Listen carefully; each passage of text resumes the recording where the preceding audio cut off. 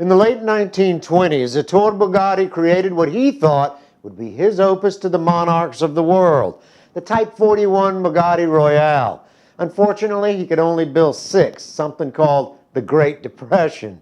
They all survived to this day, and now the new 4-door Bugatti Royale is scheduled for production in 2013.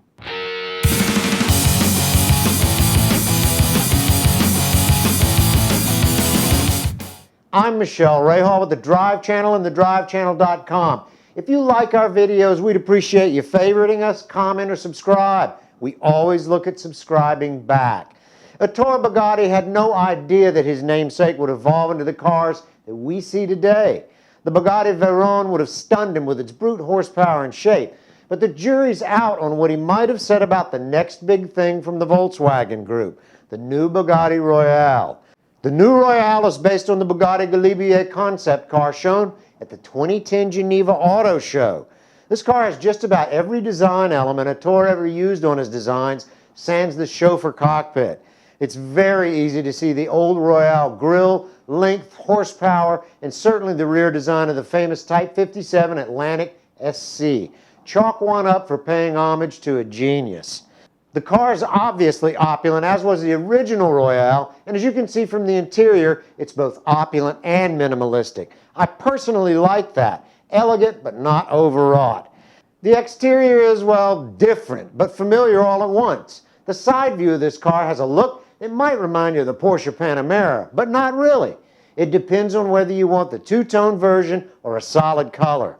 Color affects the design presentation. In solid colors such as black, this is an interesting car that has a real presence, a certain authority about it, and that's what Ettore Bugatti intended for the original Royale. The Bugatti design team seems to have achieved it. In two-tone, expect Birdman to have the first one to roll off the line. This car is different from every angle. The front is unmistakably Bugatti decades gone. The rear, a tip of the design hat to the Atlantic. The interior, brilliant. This is a divisive automobile. You either love it or you hate it. You can't be indifferent. Personally, I love it, and I never thought I'd say it. Technically, it's a marvel. Carbon fiber body except for the fenders and doors. A W12 cylinder engine that, as of this video, will come with twin superchargers instead of the Veyron's quad turbos.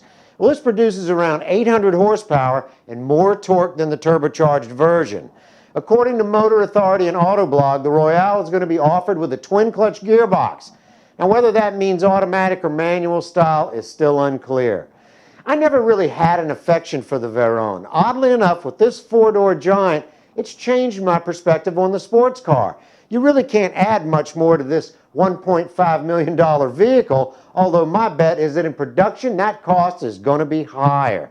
And guess what? You get a watch. What the hell is it with these watches? If a buyer has $1.5 million in a car, he should get one of these.